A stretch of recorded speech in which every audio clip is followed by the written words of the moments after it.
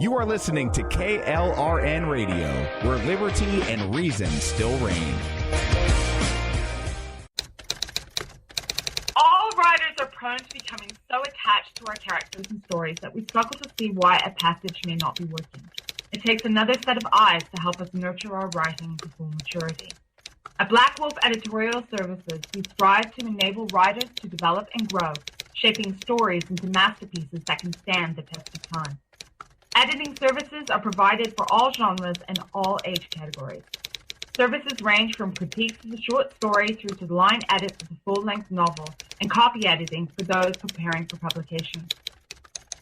We also offer assistance on generating a writer's bio for your websites, as well as help with those book blurbs and promotional material.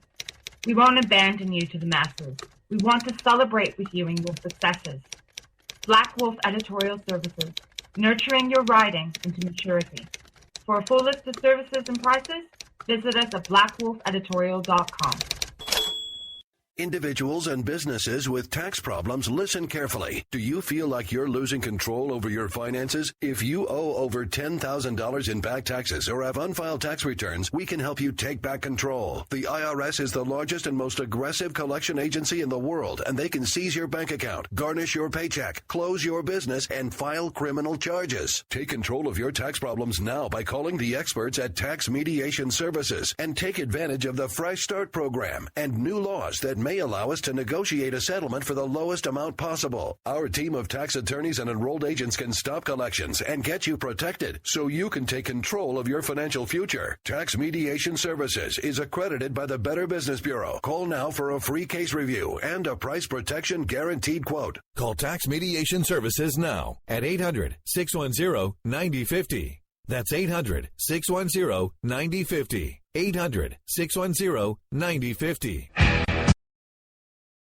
And so, my fellow Americans, ask not what your country can do for you. Ask what you can do for your country. Freedom is never more than one generation away from extinction. We didn't pass it on to our children in the bloodstream. The only way they can inherit the freedom we have known is if we fight for it, protect it, defend it, and then hand it to them with the well-taught lessons of how they in their lifetime must do the same. I'm not ready to end the fight. I'm not ready to back down. 'Cause I've been through hell and I don't have time to go round and round and round. It's too late to turn back now. You know I wouldn't if I could. 'Cause I'm proud as hell. I can't bring myself to do what it is you think I should. All right, folks, well, good evening. It's Thursday, and it is time for Jenn and Rick, just a few minutes past the hour of 10, and I am, of course, one half of the crew, Rick Robinson. I have my co-host, Jenn, with me. Good evening, ma'am. How are you?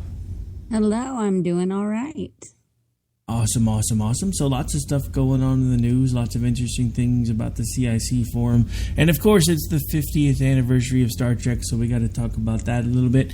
And we have a new segment, the WTF Files, that we're going to probably start using to close out the show. Not sure if we're going to do it on Tuesdays and Thursdays, or just maybe Thursdays is kind of a week wind down for us. I haven't really decided, but just thought it would kind of be of a unique way to start ending the show, to kind of give it kind of a trademark flair. It's one of the things I've kind of missed about JD and Stacy. They had this whole formula. They had things planned out. They had segments. They knew what they were going to do, and they always found a certain way to end the show, and it's kind of what I've been looking to figure out a way to do with us, and I think I may have finally found something that might work. Woohoo!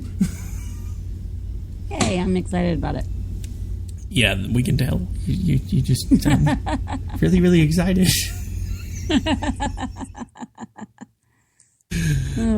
All right, so anything new with you? Anything exciting going on? Not really. No, not too much. Just watching the craziness after the Commander-in-Chief forum, and as you just learned, Jill Stein having a warrant for her arrest, and, just another Thursday of watching the craziness that is 2016. I mean, you figure if they're going to put a warrant out for the woman running for president, they'd pick the one that was actually a criminal, not just somebody that committed a little bit of vandalism. Just saying. Right. I'm with you on that.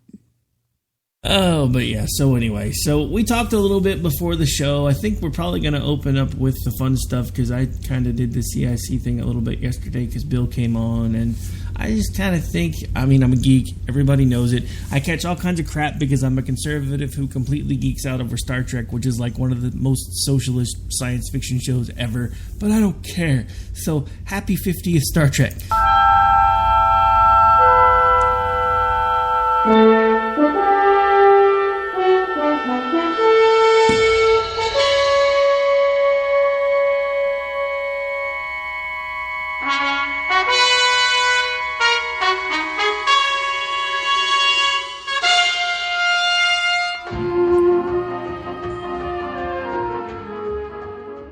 You know what that was right there?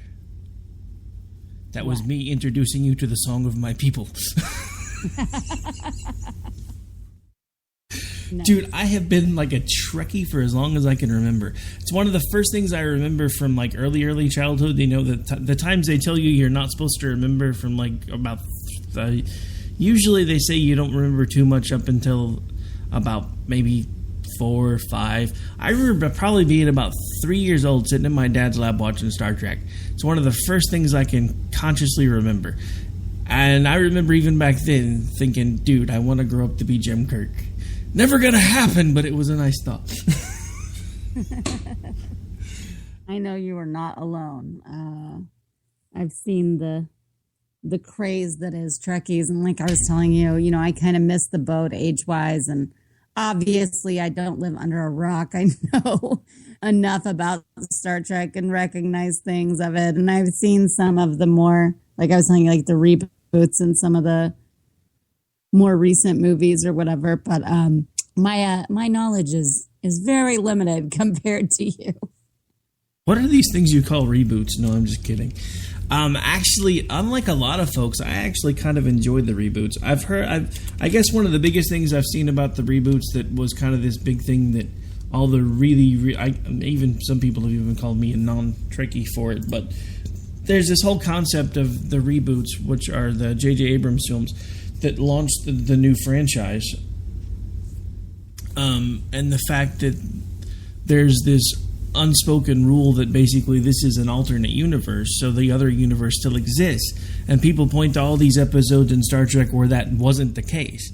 One of the most recent ones, one of the better ones actually, was from Star Trek The Next Generation, Yesterday's Enterprise, where NCC 1701C, the Enterprise before Enterprise D, came through a wormhole and suddenly the world changed all around them.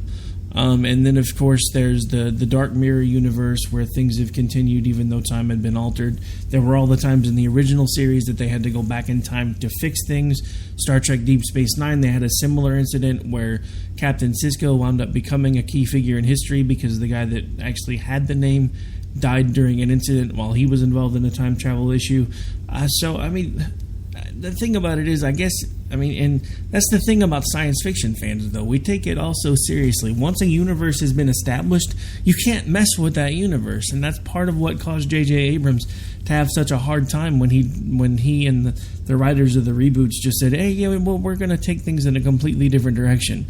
And a lot of us were kind of looking at it, but from not just a fan perspective, but as somebody who produces things and make shows, even though they're radio, one of the things they did there was genius, because that's why Enterprise, the series with Scott Bakula, didn't do very well, because they started changing all of the backstory for Star Trek. All of a sudden there were things that had never happened before, that were never anywhere in any of the pantheon of Star Trek, because, I mean, by the time Enterprise came along, it had been around for 30, 35 years. There had been movies, books, comics, animated series, and now all of a sudden they're going back to the time when there was supposed to be no vid screens and none of this time-traveling aliens carving a big canyon in the middle of the planet crap and changing it all. So in some ways, I think the movie reboots were smart because they got away from all of that, because they just said, no, we're going to take it into an alternate timeline by changing the past. The problem is, it's kind of like when you watch a show like Days of Our Lives, which I freely admit I watch. I know somebody's going to yank my man card. I got hooked on it when I was 8 years old, when we spent the summer with my grandma back when you only had 3 channels to watch. So I spent the afternoon watching NBC soaps, and that was the only one that stuck with me. It's also the only one of the original ones left.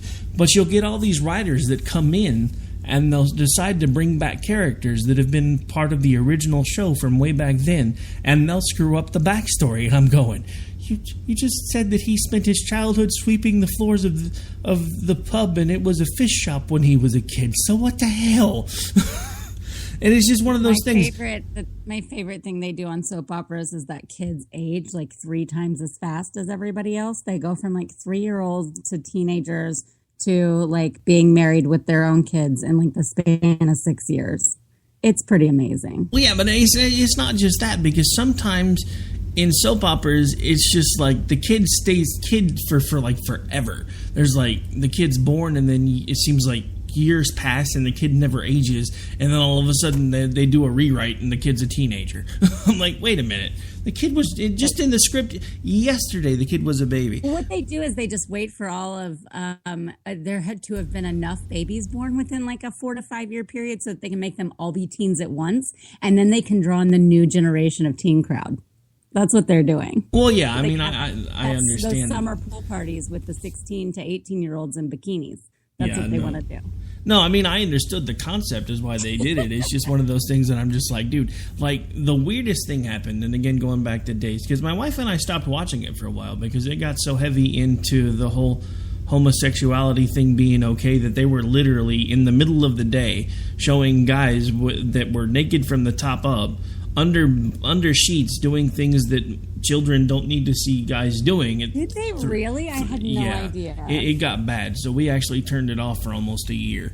But apparently their ratings dropped severely, so they got rid of a lot of that stuff. So we started watching it again, and not only did they get rid of a lot of that, Days happened to have been one of the most racy soaps that was still on the air, and they actually got rid of a lot of that and made it more story-driven again. Instead of 5 minutes of talking, 10 minutes of watching somebody have steamy sex in a bed with music playing. Imagine that, though, that like to try to push those kinds of storylines or like and try to make some sort of statement about, you know, LGBT or something on a show that is mostly watched by housewives that are raising children that stay at home.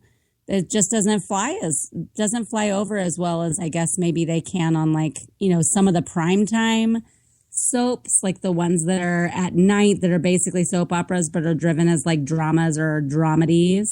It just doesn't go over as well to like that part of America that's keeping you afloat. So it doesn't surprise me that they changed it around. Yeah, there was one that I was really into for like the first 2 or 3 episodes, and I just decided I'd had enough. And again, I'm not homophobic, but guys, I don't need to see it on every single show every time I turn on a TV.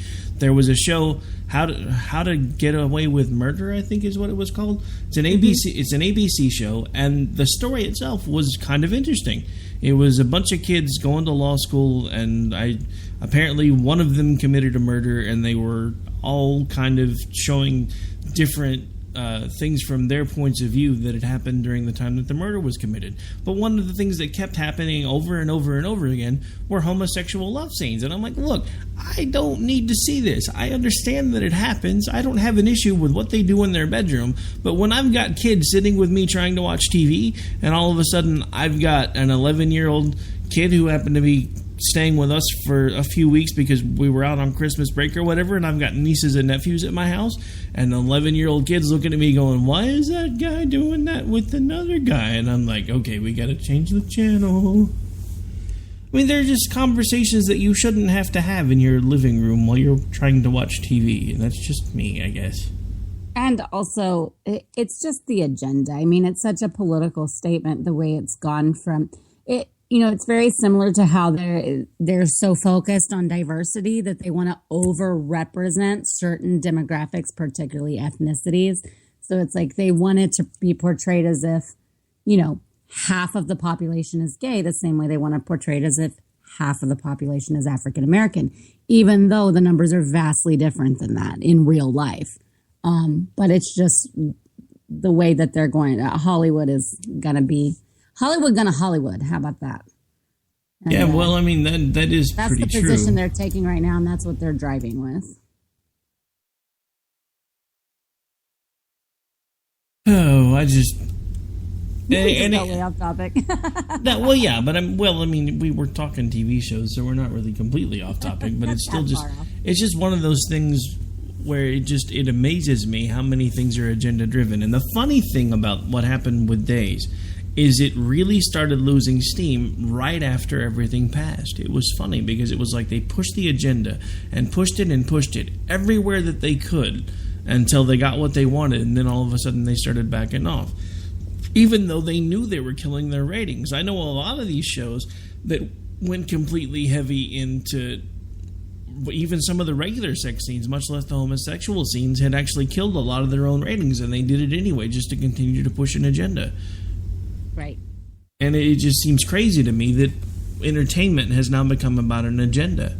I mean, we used to be able to unplug and enjoy things. There was not agenda-driven TV. Now, oddly enough, I'm about to bring this back home because it comes back to right where we were just talking about before. Star Trek was one of the first times in my memory that I can remember there being agendas into the TV show and into the scripting. So as much as I like the show, it was the precursor to the very thing that I'm screaming about right now, because they made sure that agendas of the day were part of the programming, and they talked about things that weren't necessarily were still taboo to talk about, but they found ways to talk about it anyway. And at the time, it wasn't necessarily a bad thing. But just like everything that has ever started with the best of intentions and for very good reasons, someone else takes the ball and runs with it much, much later, and we get where we are now, where people are being forced to watch things they don't necessarily want to watch just to be able to watch shows that they used to love. And it's just the way it is. So I guess technically we kind of weren't off topic. See? We bring it around more full circle than we thought, huh? Yeah, I'm usually pretty good at that. I'll go off on a tirade and then figure out how to bring it back together. So it seems to be a talent of mine. All right, so let's see. Where are we at? We still got a while before the break. Let's see. I guess we can go ahead and start talking about the CIC stuff a little bit. Did you watch any of that last night? So I didn't get to watch it. I watched some clips, but then I've read the transcript, which was probably more scary than seeing it live. So first, I just think this whole thing about Lauer, like going after Hillary and the emails and it not being, I don't get it. Like, I watched that entire portion of it, and I understand what they're saying about wasting time on something that's been quote unquote settled. I mean, from their point of view, from a liberal point of view, it has been. But I don't understand them acting as if, first of all, it was out of line to question her. Second of all, that it wasn't relevant. When you're talking about being the commander-in-chief, you're absolutely talking about classified information, and particularly some of her classified information or stuff that she did think or didn't think was classified had to do with some, sensitive situations in other parts of the world. So I don't even get how any honest person can look at that and think that he was somehow treating her unfairly or badgering her. In fact, one of the questions was not even from him. It was from, somebody else who was a lieutenant who said, I'd be prosecuted in prison. So how can you ask me to vote for you or have confidence in your leadership when you can get away with it, and I wouldn't. So it was completely fair. I didn't think it was over the line at all. But, liberal media, liberal media. They're gonna be mad that someone poked the queen. Ew. Oh, yeah. I don't like that. Can I take that back? Ew. I don't even think Bill pokes the queen. That's what Monica was for. Oh, yuck. But, I do think there were some things that were, pretty interesting about her answers, asking about the most important characteristic for, a commander-in-chief. She says steadiness and strength, because it's not easy decisions. Someone who listens. She emphasized that. Evaluates, you mean like she listened to all the repeated calls for help in Benghazi? Oh, wait, I'm sorry. Did I say that? Oh, no. True. But, and then said, yes, temperament and judgment are the most important things. Obviously, digging into, all these qualities that it's pretty obvious that Donald Trump does not possess. And then I thought, going into like the more thickness of, of the stuff here, the war in Iraq. Okay, she says it's her mistake, right? She shouldn't have voted for it. She doesn't agree with the decision in the end, but she did vote for it. She's on record. I am getting really sick and tired, and everybody knows I absolutely despise Trump, but I'm getting really sick and tired of them saying things like this. My mistake. My opponent was for the war. Go back and look at the record. What is that record? Oh, she gives you an example. Told Howard Stern he supported it. At the time, Donald Trump was nothing more than a loudmouth businessman and an entertainer. And anything that he was saying, I don't get how she is trying to, it can't in any way be compared to a congressional record. Saying he told Howard Stern on the radio or he said something on TV is not the same as looking at the record of how you voted as a senator of this United States. That's absolutely absurd. I want them to stop making that comparison. We can absolutely hold him to his word, but we need to quit making act like it's any way comparable to someone who is in a position of government. And she even goes further and says, he refuses to take responsibility for his support. Responsibility? What responsibility? What troops did he vote to send? His record, there is no voting record, congressional record of him, and he is not responsible for those lives that were sent over there, to fight this war. Being able to compare that at all is just, someone should have pushed back on her right then and there. What responsibility? That makes no sense whatsoever. He has no responsibility for that war. She does. End of story. End of story. And I agree. I think one of the things that, and I'm going to take the other half of it for a second. I think one of the things that honestly annoyed me was Matt Lauer, when he had his turn with Trump, would ask him a question, and then Trump would start trying to answer, and then he would kind of just cut him off mid-sentence. I don't like Trump, but if you're going to ask him a question, let him answer the damn question.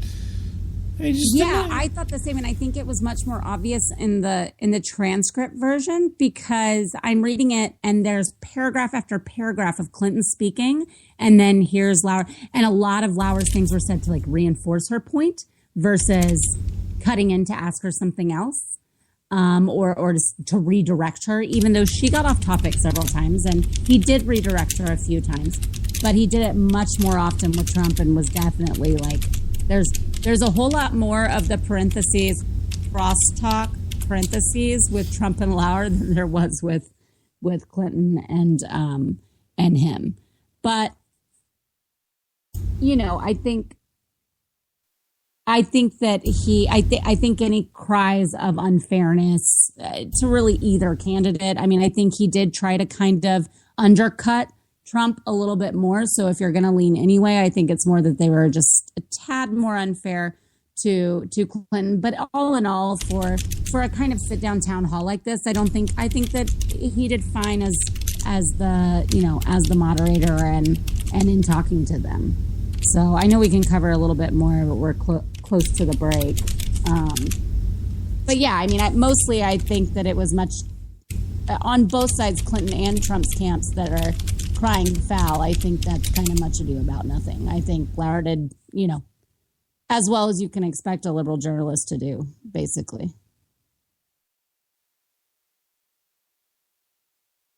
Oh, sorry. I have someone who decided they needed to message me right in the middle of the show. Okay, so at this point, we're going to go ahead and take the break. We're at the bottom of the hour already, even though we got a little bit of a late start. We're going to go ahead and kind of do a short break. Then when we come back, we're going to get into the rest of the CIC forum, and we'll debut the new segment. So we'll be right back here in just a couple minutes. You're listening to the Jenn and Rick Show. 'Cause I'm proud as hell. I can't bring myself to do what it is you think I should.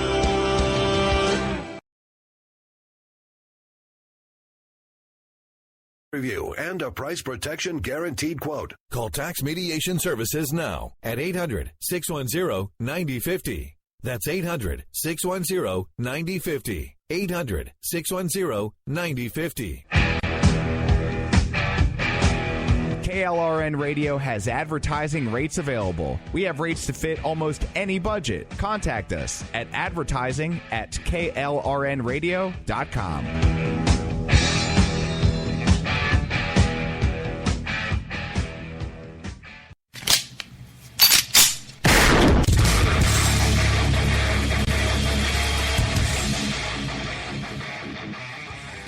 This is Slickery Trigger for Rebel Road Tactical.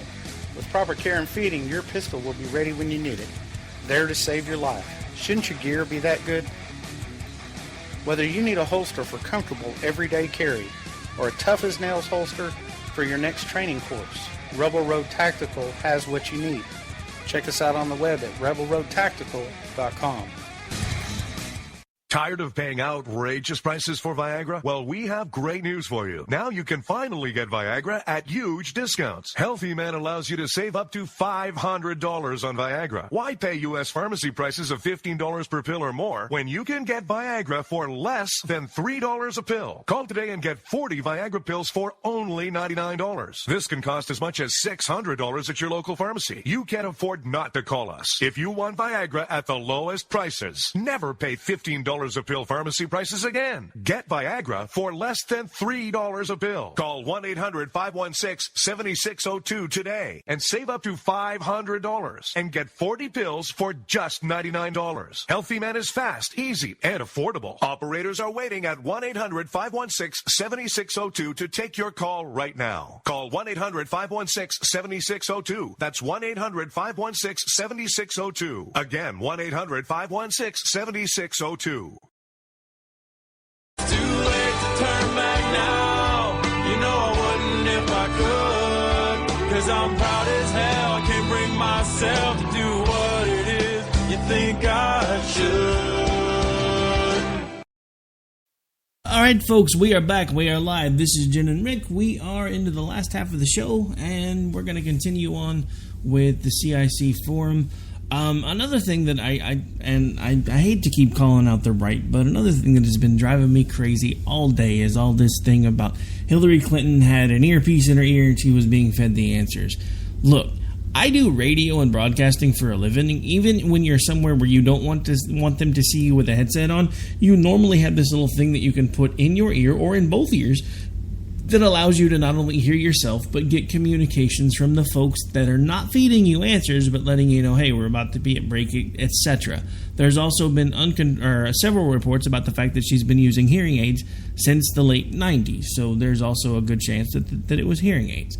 Right. I mean, this is such a no-brainer. This is, for anything like this, I mean, if whether you're mic'd or whether you're not, I mean, earpieces are so standard for anything television oriented, especially in this kind of situation. It just seems so silly. And also, she is almost 70 years old. Hearing aids is not that far-fetched of an idea for her.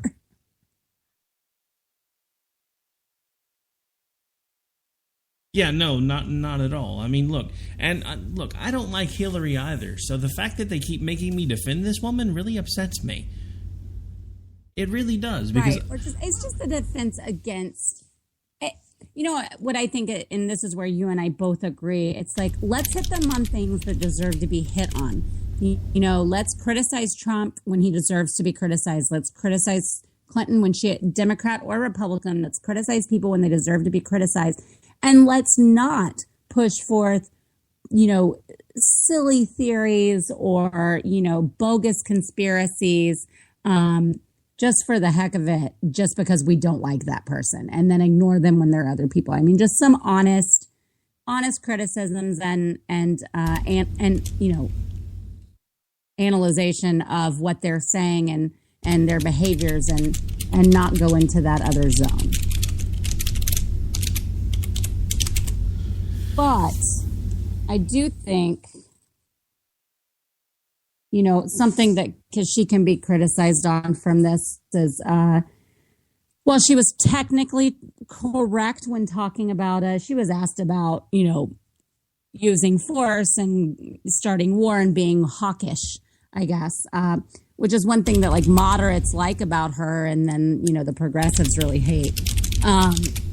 she said, that force is a last resort, not as a first choice. First of all, that's like someone asking Miss America, and what do you want? And they say world peace. Of course, it's the most, that is so basic, such a basic answer of nobody wants to just go to war at any moment. I know that there are people that are psychotic in this world that do, but generally speaking, as a commander in chief, you're not like, hey, let's just go look for ways to get in wars and get the people mad at me for sending soldiers off to die. So that was such a generic, just kind of a cop-out answer, in my opinion.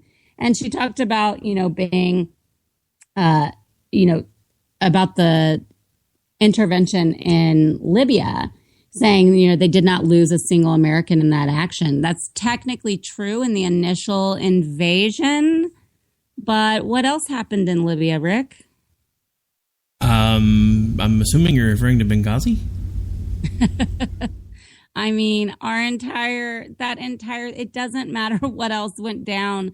That entire time is shadowed by the loss of those lives and of our ambassador. And it seemed remiss to sit there and say we didn't lose a single American life and not mention until it was too far and we could not get some people out. And unfortunately, we did lose those lives. But in the initial military action, we did not lose any lives. To clarify, to at least acknowledge what the end result was there, instead of kind of sitting like, I was successful and there weren't even lives lost.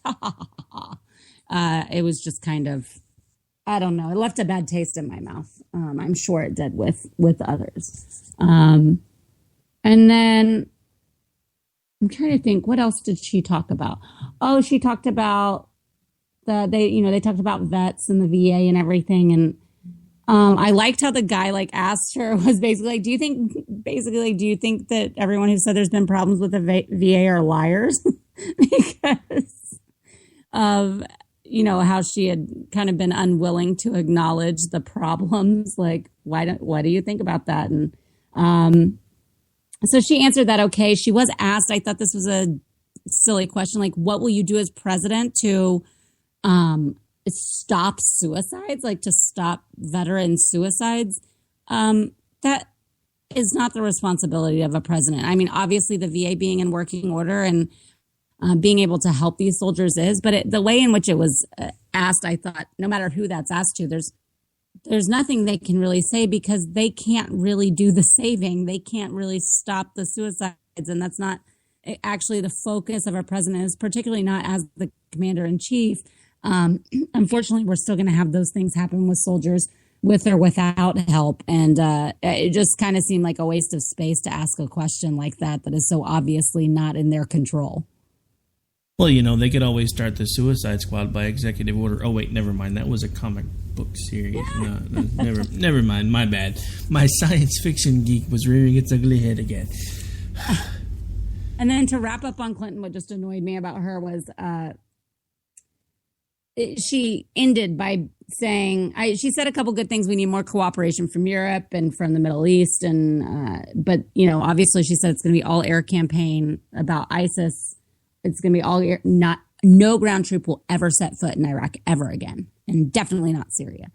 And I just think that that's a little bit short-sighted. Definitely. And then she finished with her passing a law to prohibit people on the terrorist watch list from being able to buy a gun. And there was no pushback. He didn't even, not for 1 second, allow her hesitate and go, well, so what would that mean, though? It just was like, okay, and thank you. Well, that's because he wants that, though. I mean, it's just insane how much these people don't understand it, to the point that they won't even say, well, what about the critics of that law? Or what, I mean, that was an easy response. And one, I think that possibly Anderson Cooper or someone like that has a little bit more of a reputation for kind of giving the point counterpoint type Q&A might have asked. But it was just like, that's how she finished, like with a big bang and a smile, take away guns. That was just, it was, ugh. Well, I mean, and let's not forget, though, Trump's side is pretty much for the same thing. So that's, no, absolutely. Absolutely. And that's one of the things that I keep looking at with all these people that are like, he's pro Second Amendment, pro First Amendment. He's going to save the country. No, he's not. He's going to loosen libel laws and make it to where nobody but his news network that he's about to launch can say anything negative about anybody, because he'll be the emperor at that point. And he's going to make the no-fly list, the no-buy list, which there goes the Second and Fourth Amendments for what is for the moment a very small group of people. But since there's no criteria to get on the list and no way to get off the list, you can kind of put anybody on that list that you want. Oh, this guy's got a talk show and he's talking bad about me, put him on the no-fly list, because that way we can just go get him, because then he can't have any guns either. And no, I wasn't referring to me myself personally. I'm nowhere near that important, and I don't have, I have delusions of grandeur, but they're not that big. Yeah, I know. So then what? Trump? Oh gosh. Praising Putin. I swear to God, that should be like a movie title. Extensively so. He just reinforced all of those conspiracies, and then also the very, very real concerns that people have, and especially like some retired military and intelligence and from the intelligence community, of his kind of bromance with Vladimir Putin and his what seemed to be more and more Russian ties. I mean, No. It's not Russian. It's not Russian ties. They're Chinese ties. Remember? Oh wait, never mind. My bad. So I'm really starting to think that he has like a shirt. I think very good relationship, and well, of course I'll take the compliment. But he has 82% approval rating. Yada yada yada. I mean, he just couldn't have dug that hole any deeper than he did. He has a very good relationship with the shirtless Putin poster that's hanging over his bed. That's what he was referring to. And I don't really care what you think of whoever's sits in the Oval Office. I will always revere our president as higher than any country, particularly those as corrupt as Russia's. And to say,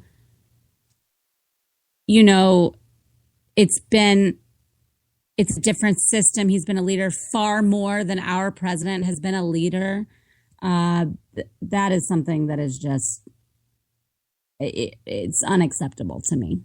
Now, to those things. Now, put the shoe on the other foot for a second, because our side, my former side, is all like, yeah, Trump's telling it like it is. Imagine if there was a Republican president in the White House today, and the Democratic nominee for president was praising Putin and saying that Putin was a better president than the Republican president that's currently in the White House. Yeah, it would be. The right would have a field day. They would call him treasonous. They would say he was a traitor, unpatriotic, undeserving of the office, should be stripped of the nomination. I mean, the right judges so much more harshly when it comes to things like that sometimes, and I think they would want a head on a stick. So the fact that they're condoning this right now is kind of sickening.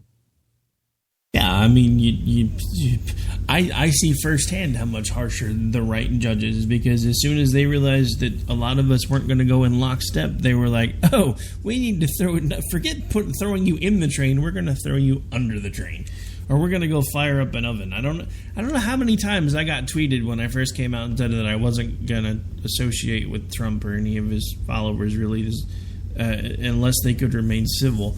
I kept getting all these tweets about, well, we're just going to get ready, boy. The ovens are coming. I'm like, I'm a little big. You might want to get a bigger oven, but, try it, I guess. I don't know. The hate from both sides anymore is just astounding. Yeah, the rhetoric is out of control. This election season just exacerbated it. And quite frankly, these candidates did, specifically Trump. But yeah, it's just been, it was so hard to watch him say things like that. Then also to throw, the intelligence, people that were providing intelligence and gave him his first intelligence briefings, and then people that provide intelligence to the military and to Obama, as well as the generals that are decision makers in this administration, to just completely throw an axe at their backs was really hard to stomach. Saying things like, that basically saying that, Obama wasn't following them and they were all mad at him was kind of out of line and probably not his place to say anything about. But also when he's saying like, oh, it'll probably be different generals, to be honest with you. Like, because he asked him about this plan, and he basically says he has a plan to ask for plans, to pick a plan, to have a plan. I mean, it was like this roundabout. No, I have a plan. No, but I'll convene a bunch to submit me plans. Well, but then, I'll pick one of the best. I'll listen to him and I'll pick one of the best plans. But then I already have a plan. So then it'll just be that plan plus but the plans, all the plans and the things with the plans. And Lauer rightly called him out and said, wait, but these generals that you just said couldn't be trusted, these generals that you just said more about ISIS than they do, that better than they do, well, it'll be different generals because this. It's like he does.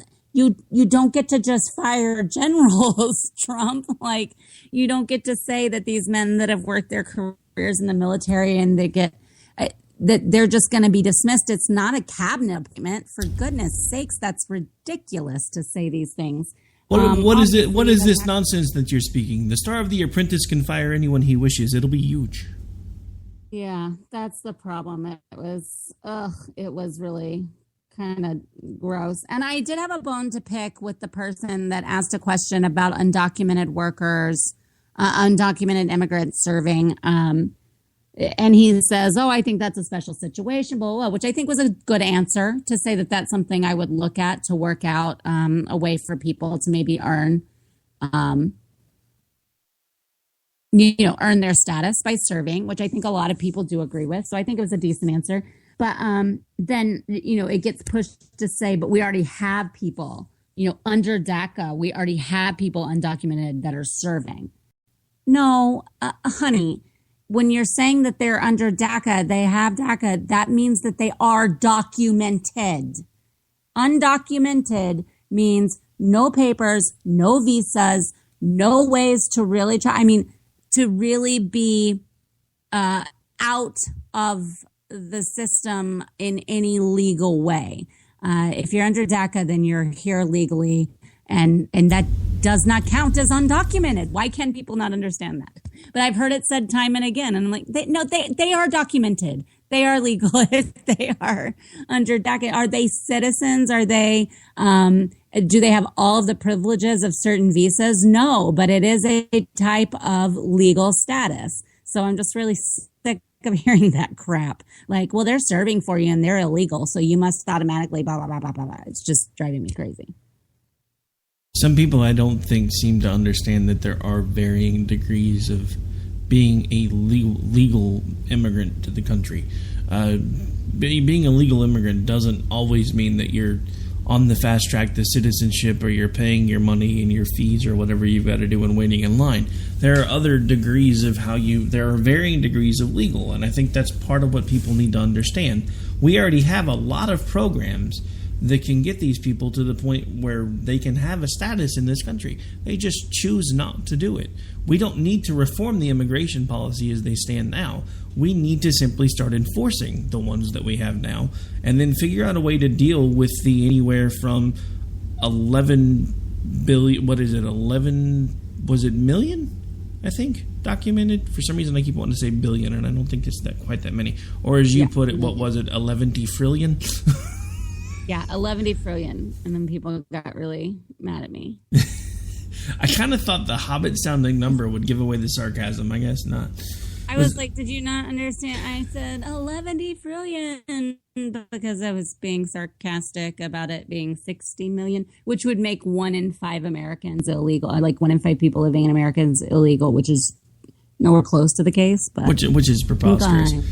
But, And look, here's the thing. Trump has waffled so many times on this policy, I feel like we might as well just have the next debate at the Waffle House, because everything that he does and says is different depending on who he's talking to, because the man is nothing but a used car salesman in a nice suit. He tells the people that are in the room what they need to hear to close the deal for them. Then he moves to the next room, tells them something completely different.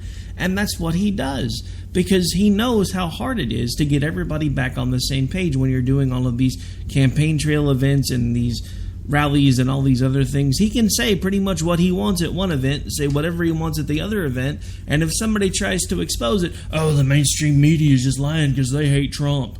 Dude, I don't know how many times I have played audio. Like, I keep hearing over and over again that there's now unrefuted proof that Donald Trump was always opposed to the Iraq War. That's funny, because I have audio of him during Fox News telling people that he pretty much supported the Iraq War. He really wished it would have been done maybe a little differently, but he thought it was the right thing to do at the time. So how is it a lie when you have him saying things in his own words and they're like, oh, that's just not true, that's not what he said? Or even better, that's not what he meant, because these people are apparently telepathic. Well, and that's even in this forum last night. I mean, he says, like, I will always tell the truth. And, Lauer calls him on it. It's like, well, what?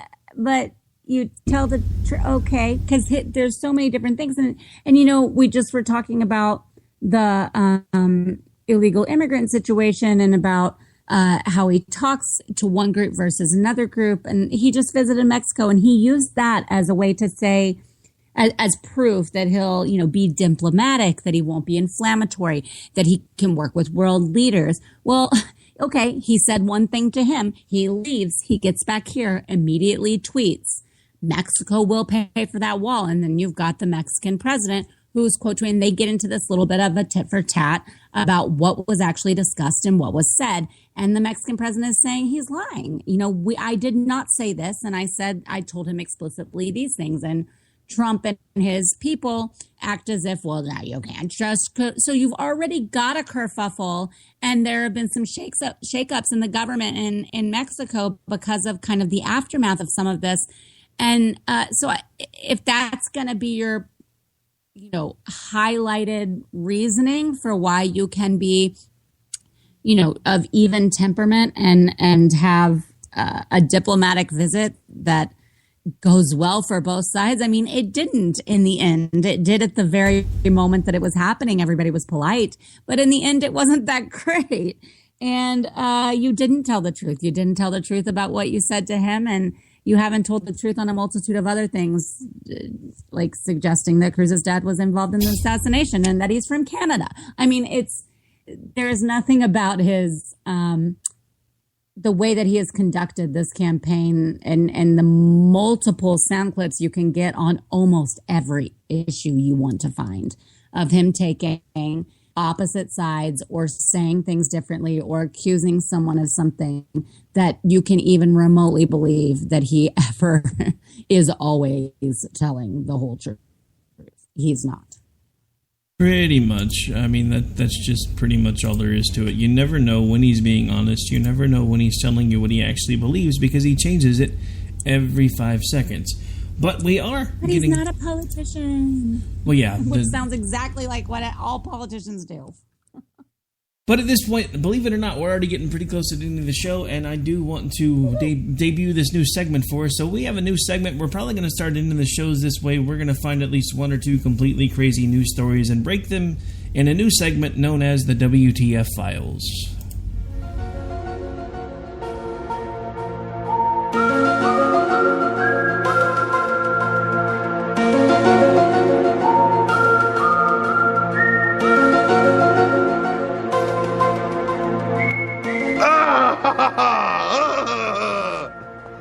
What the man?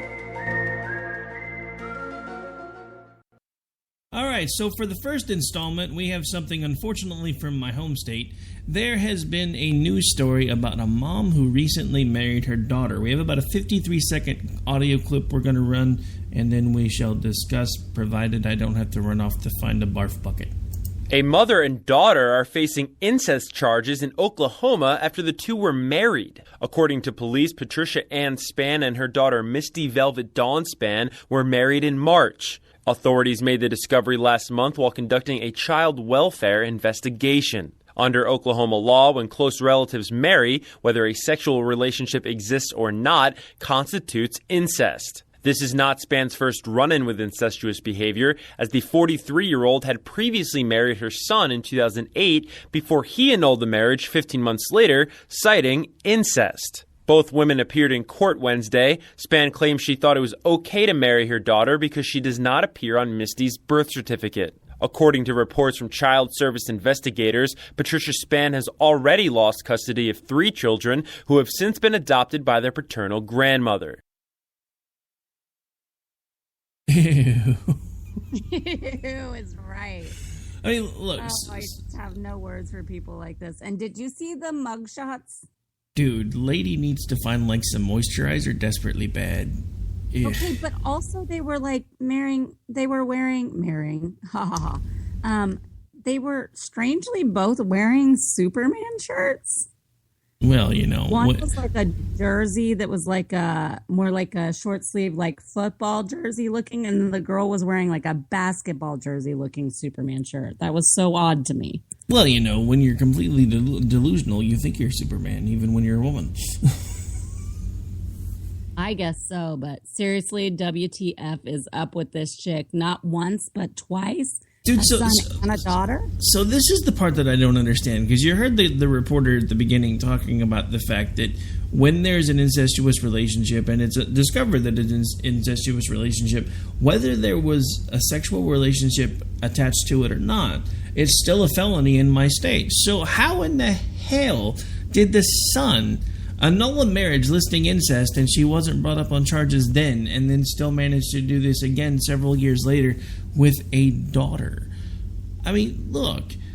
I have no idea. But I'm going to guess that this has something to do with the mom, trying to scam them for some sort of financial benefit. And she was taking advantage of her kids in doing so. Well, I would certainly hope so, because otherwise I'm going to have, like, banjos playing in my head for the rest of my life. Anytime I hear that town's name, and I'm not even going to say the name of the town, it's just going to be like,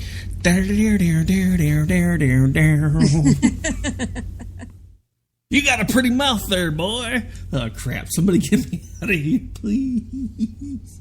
Oh, my gosh. This is so terrible. But you're right, though. And good for the son for annulling it and getting out of there, I guess. Pretty much. So yeah, as my skin's crawling, that basically concludes the very first installment of the WTF files.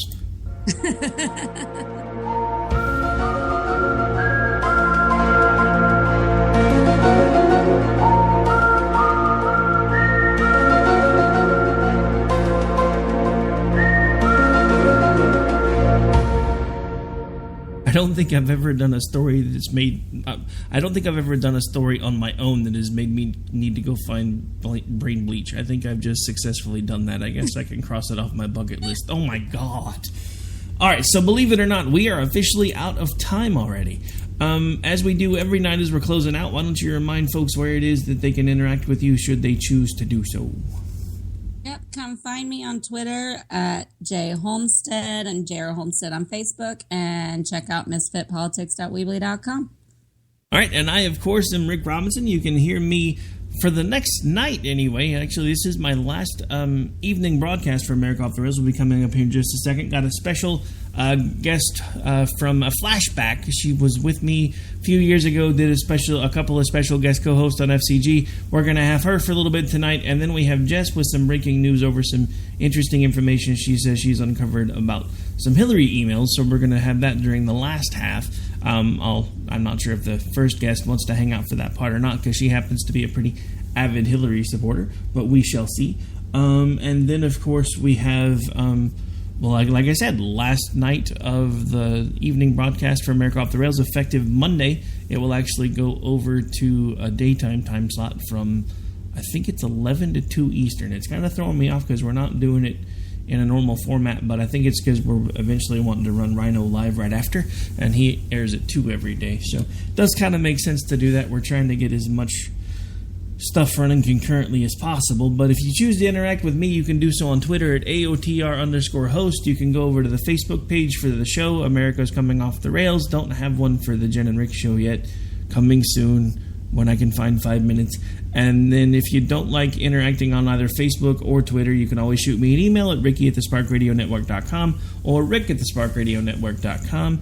And that will conclude this particular episode. I want to thank again my co-host for hanging out with me, indulging my few minutes of Trek geekdom, and not killing me for wanting to talk about something really, really gross on the last part of the show. Ugh. All right, folks, we're out. Have a good night. Enjoy the rest of your Thursday. Don't forget, tomorrow is Friday, so it's almost the weekend again. Yay! It's too late to turn back now. You know I wouldn't if I could. 'Cause I'm proud as hell. I can't bring myself to do what it is you think I